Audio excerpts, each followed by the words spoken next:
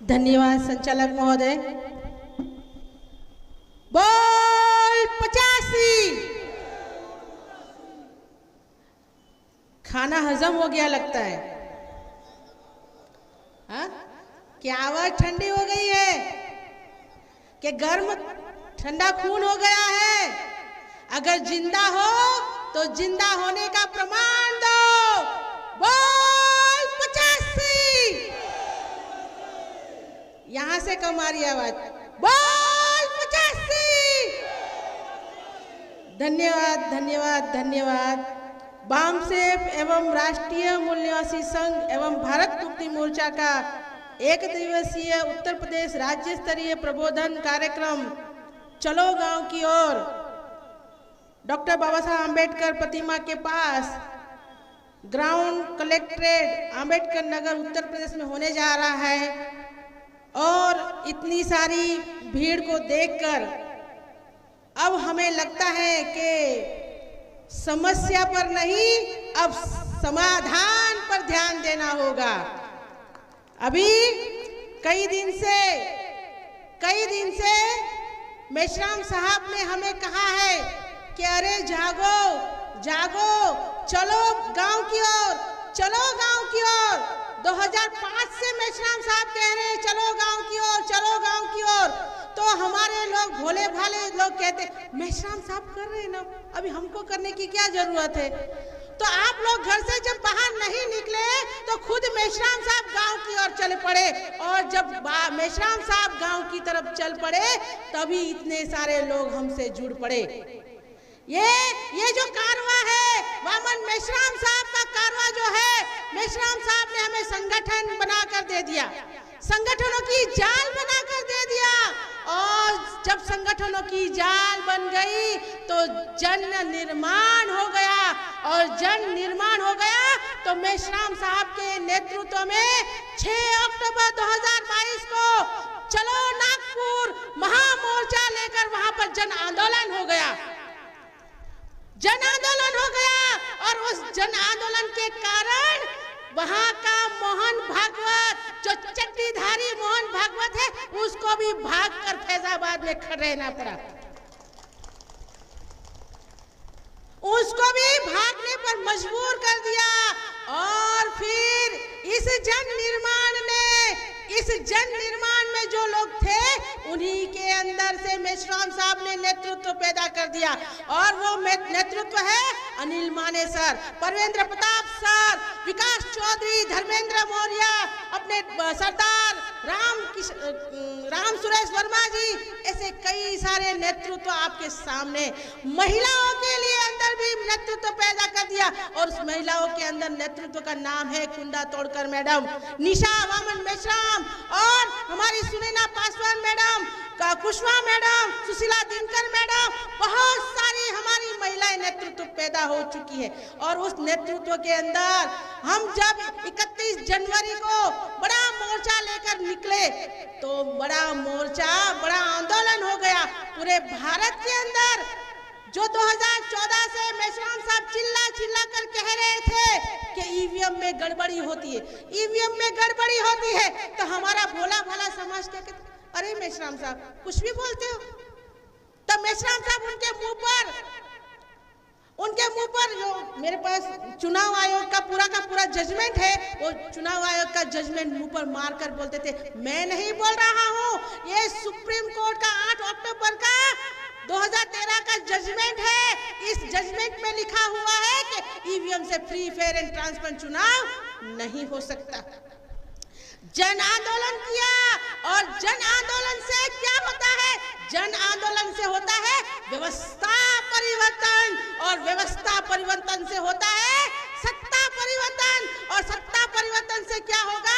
शासन करती जमात, जो बाबा साहब आम्बेडकर ने देखा हुआ सपना बनेगा। जो मोदी कह रहा है, मोदी क्या बोल रहा है मालूम है? मैं इन शक्ति स्वरूपा माता बहनों की रक्षा के लिए जान की बाजी लगा दूंगा। मेरे लिए हर माँ शक्ति का रूप है, हर बेटी शक्ति का रूप है, मोदी बोलता है। जो मोदी टेलीप्रॉम्प्टर पे पढ़ पढ़ कर जो बोलता है मन की बात, क्या बोलता है? बेटी बचाओ बेटी पढ़ाओ। मोदी टेलीप्रॉम्प्टर पे पढ़ पढ़ कर बोलता है, उसको कागज पे पढ़ना नहीं आता है, वो ऐसे से देख देख के पढ़ता है, जैसे टीवी पे लिखा होता है ना वैसे पढ़कर बोलता है। तो उसके जो राइटर थे उन्होंने लिख दिया बेटी बचाओ बेटी पढ़ाओ। तो मोदी को पढ़ना तो आता नहीं है, उसने गोख के रखा था, इसने बोल दिया बेटी पढ़ाओ। अरे ऐसे प्रधानमंत्री को हम वोट देते हैं ऐसे? और क्या बोलता है? मेरे लिए हर बेटी शक्ति का रूप है। अरे क्या जशोदा बहन शक्ति का रूप नहीं है? वो भी तो किसी की बेटी है। शक्ति का रूप वो पहलवान लड़कियां जो जंतर मंतर पे अभी भी मोर्चा खोल के बैठी है, क्या वो शक्ति का रूप नहीं है? मणिपुर की महिलाएं जिसके साथ में महिलाओं के साथ में बलात्कार किया, उसके माँ अपनी बहन को मार दिया, उसके भाई को बेटे को मार दिया, क्या वो महिलाएं शक्ति का रूप नहीं थी? मोदी जी यहाँ पर हाथरस के अंदर मनीषा वाल्मीकि के साथ में सामूहिक बलात्कार कर दिया, और सामूहिक बलात्कार करने के बाद पूरा का योगी प्रशासन उसको बचाने के लिए लग गया बलात्कारियों को। क्या मोदी जी मनीषा वाल्मीकि शक्ति का रूप नहीं थी? नहीं थी। और रोज बोलते हैं मोदी जी गाय मेरी माता है, मोदी जी उसको खाता है। हाँ? गाय मेरी माता है, मोदी उसको खाता है। कैसे? 250 करोड़ बीफ का चंदा खा गया मोदी। इसीलिए मैं कहना चाहती हूँ इस बार आपको ऐसे पुना पेट के दलाल और भड़वों को आपको चुनकर नहीं लाना है। ऐसे चुनाव से हमको लाना नहीं है। पुना पैक्ट जो महात्मा गांधी मर गया ना, वो मरा हुआ गांधी आज भी पुना पैक्ट के कारण जिंदा है।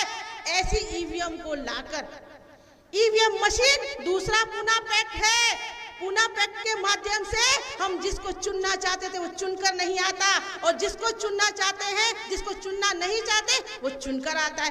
वैसे ही ईवीएम के माध्यम से जिसको हम चुनना चाहते वो चुनकर नहीं आता, और जिसको चाहते हैं वो चुनकर। इसीलिए आप सभी साथियों को मैं कहना चाहती हूँ कि अभी मुफ्त की जो आप लोग मुफ्त का चावल खाते हो ना, मुफ्त का चावल, मुफ्त का आटा, मुफ्त की शुगर खाते हो 5 किलो अनाज, तो मुफ्त का अनाज खाना छोड़ दो। उन लोगों को मालूम है कि ये जो भोला भाला हमारा समाज है ना, वो अनाज खाकर बाद में दूसरे दिन निकाल देगा, लेकिन वो भूल जाएगा। किसी ने बोला कि हमारे लोगों को भूलने की आदत है, तो उन्होंने क्या किया, उस अनाज के साथ 1 किलो टाटा नमक देना शुरू किया। नमक क्यों दे रहे हैं मालूम है?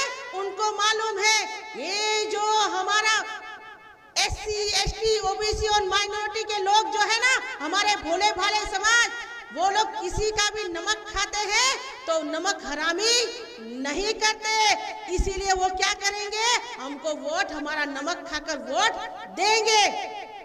आप लोग नमक खाते हो ना, इसे नमक हरामी नहीं करते हो, आप उसको वोट देते हो। तो मैं आपको कहना चाहती हूँ, धोखेबाज को धोखा देना गलत बात नहीं है। इस बार वोट देने जब जाओगे, अगर वामन मेश्राम साहब ने कह दिया कि ईवीएम तोड़ना है, तो ईवीएम हम तोड़ ही देने वाले हैं।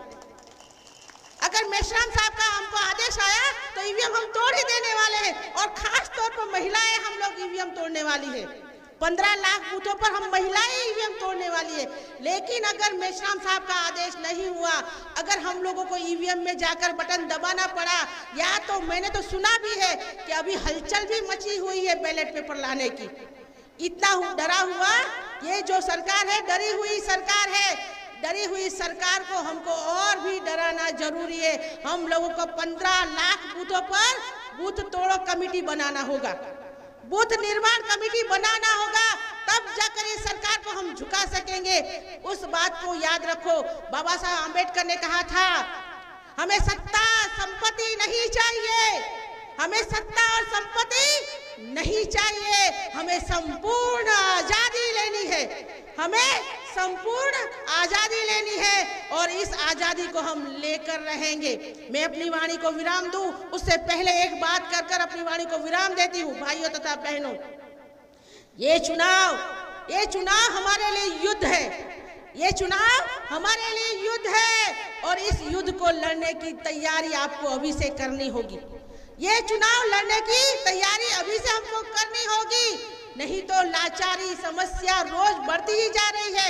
इसीलिए मैंने जब शुरुआत किया था तब मैंने कहा था कि समस्या हमारी है तो समाधान अटल बिहारी वाजपेयी या तो सोनिया और मोहन भागवत नहीं हो सकते। इसीलिए हम लोगों को हमारा विकल्प क्या है? हमारा विकल्प बहुजन मुक्ति पार्टी है। वोट हमारा और राज भी हम ही करेंगे। वोट हमारा है तो राज भी हम करेंगे। भाइयों तथा बहनों, बहुत सारी बात हो चुकी है, आप लोगों ने मुझे सुना। नतीजे चाहे जो भी रहेंगे लेकिन कोशिशों में कमी हमारी रहनी नहीं चाहिए। आप लोगों को मैं कहना चाहती हूँ, जिसका होगा राजा उसकी प्रजा होगी ताजा। आप लोगों ने मुझे ध्यान से सुना, इसके लिए धन्यवाद। जय भीम, जय भारत, जय मूल्यवासी। बोल 85, रोजी रोटी दे न सके जो, शिक्षा रोजगार दे न सके जो, सड़क सुरक्षा दे न सके जो सरकार निकम्मी है। अगर सरकार बदलनी है तो कौन सी सरकार लानी है? बहुजन मुक्ति पार्टी। धन्यवाद।